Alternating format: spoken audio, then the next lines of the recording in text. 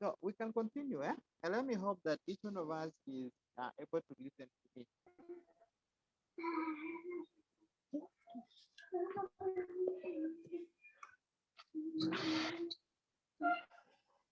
Caroline, are you okay?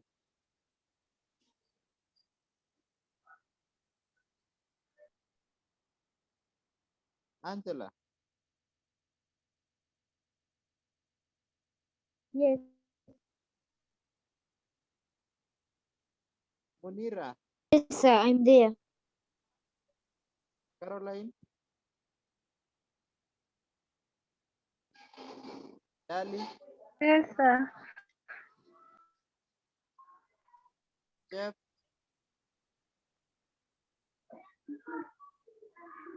Jeff Brian, Yes, I can hear you.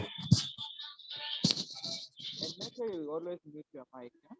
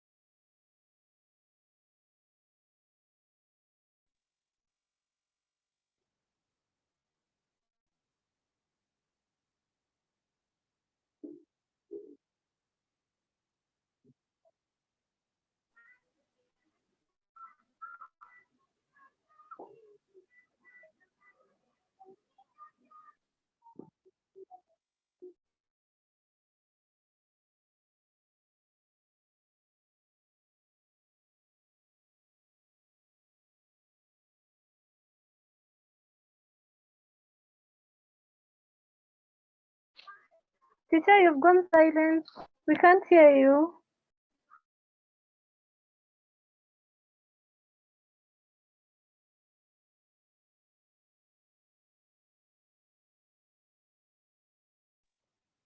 Daddy,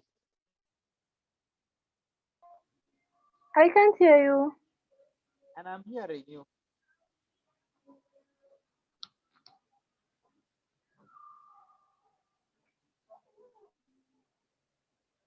Hello, Hello? are you hearing me now, Daddy? Yes, I'm hearing you. Okay, so we can continue. Yes. Yes, So let's. what I was saying, so what I was saying is that it is the work of the Central Organization of Trade Union to ensure that workers are, are given the good environment. Take an example that workers are on strike. Who should be in between the two groups? That is the employer and the employee. It is the trade union. And in this case, if the union cannot assist them, then we can now bring the other body, that is the court, the industrial court. Because whenever an employer, an employee asks for differences, then where they're supposed to go is the industrial court and not the ordinary court of the country.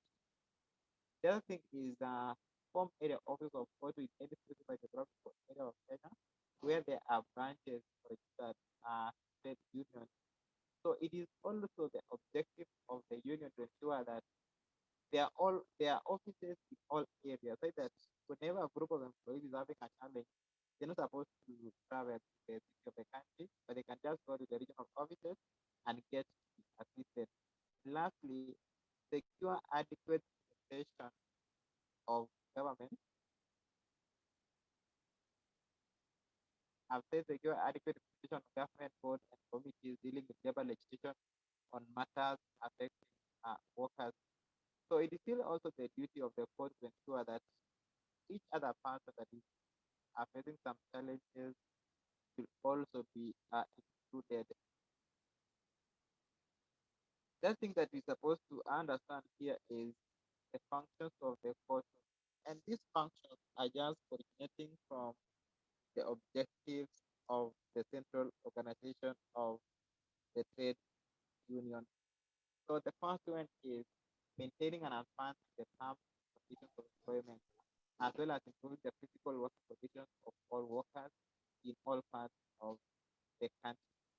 So in simple terms, we could say that it is the work of the court to ensure that the terms of employment are fully adhered to, not a situation whereby the terms are going to change along along the way.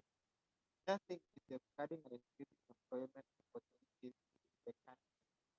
Like in this case, if an organization is increasing, then it should be increasing or it should be growing with the number of employees in that organization. So it is also the work of the court to ensure that they are fighting for the opportunities that people get employed. The other thing is increasing workers' participation in the control of system. It's just more of strengthening the union to ensure that whenever people are working, then they are sure of exactly what is going to be realized. Not a situation whereby it is just the employer that is going to get everything that's supposed to be done.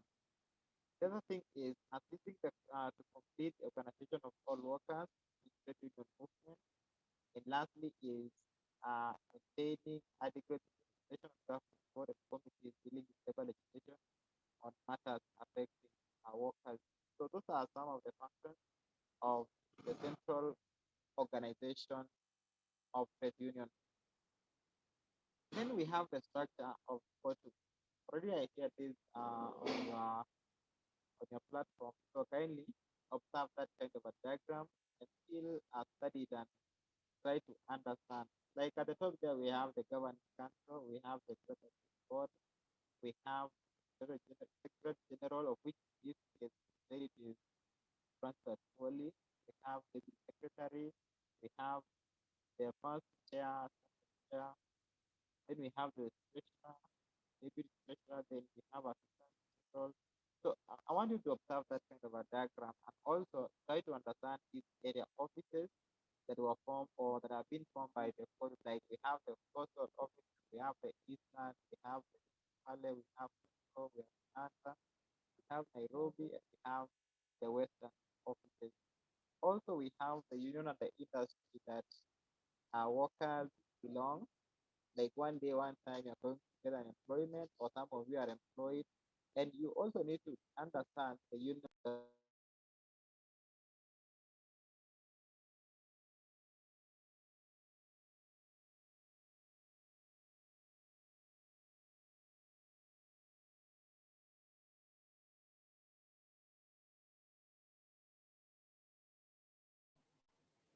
We have lost you again, teacher.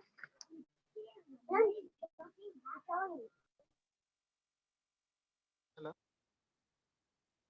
Yes, now we can hear you.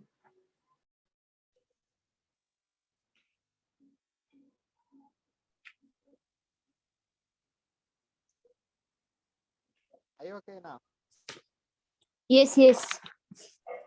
Yes. So let's see the FKE. Yeah? FKE is the Federation of Employers, and it's the body that was formed in Kenya in the late 1950s, and it was registered under the Trade Union Act, uh, the law of the country or just from the Constitution, and it is always the highest body of the employers in Kenya. So we don't have any other body, but only this one we are calling it FAE. So what I could say is that this kind of a body was formed with the following objectives. One, promote good industrial relations between employers and the employees through their trade unions. Number two is encourage fair labor practices among the employers. So let me just explain briefly the 2 points, and say that about labor and industrial relations, it is all about the relationship that exists between the employer and the employee, and therefore it is always very important. So, kindly something.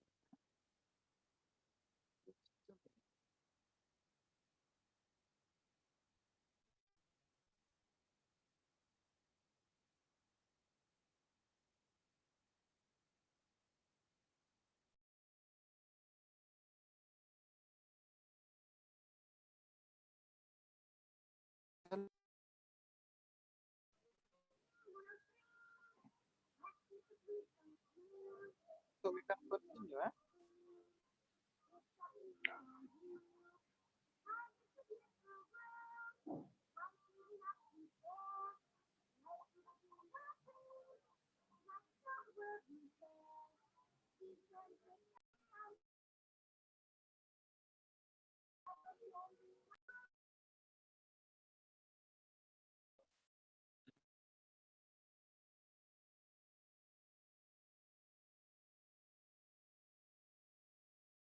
Angela,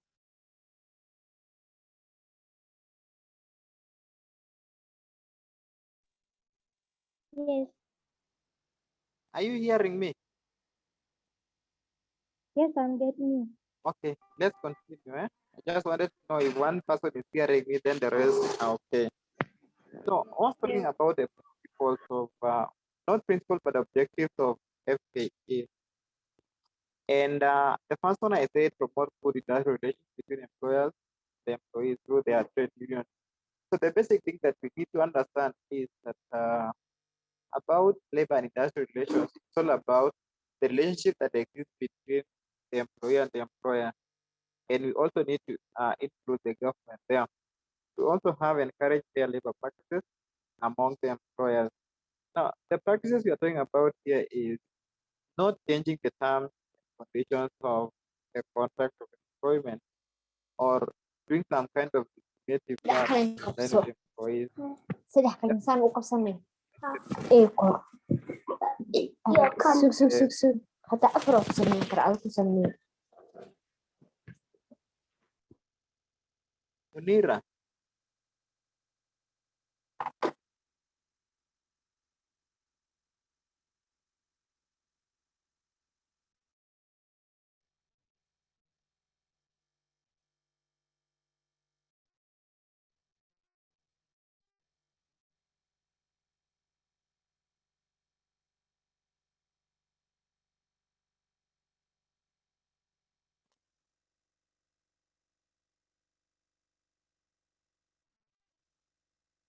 so what I'm saying is that it always encourage fair labor practices among the employers.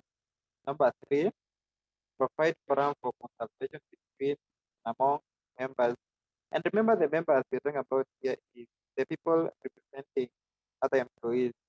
And remember, they are part and parcel of the employees of the organization. Number 4 is collect and circulate information and advise them application on employment matters. So whenever you want to pass information relating to the employee, it is always the work of the federation to ensure employees get exactly what they want.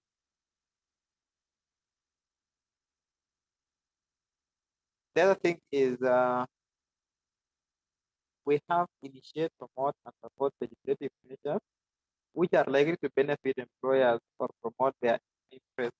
Because in this case, even if we have 3%, each party needs to be given a fair practice, not a situation whereby one is getting advantages over the other one, but each one to exactly require or what they need.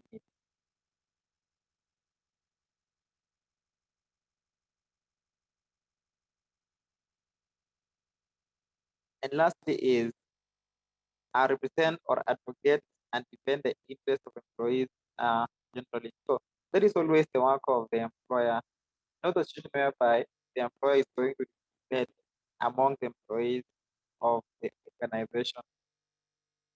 There is also the structure of the FPE, and there's some notes I shared to you. So can you kindly see the structure of the FPE? For now, let's see the functions of FPE.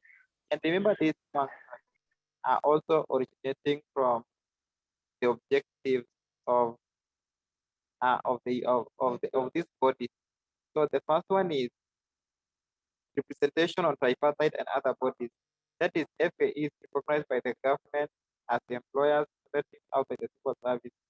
In this case, FA serves and represents the interests of employers on the following board. We have 44 boards, that is General Wages Advisory Board and other sectorial wage council. We have the National Social Security Fund Advisory Board. We have National Industrial Trading Council and its various committees. Then we have the tripartite committee dealing with disputes. Actually, these things always lies in the office of human resource, or these are the activities that normally affect employees in an organization. The other thing is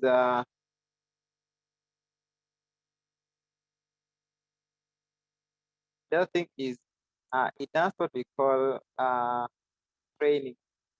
Like in each and every organization, there must be a department called DIT, Directorate of Industrial Training. This normally this is training the attaches and organization. So basically, it is always the work of the body. That's exactly what he or she deserves. That is industrial stability. In this case, it is more of ensuring that we don't have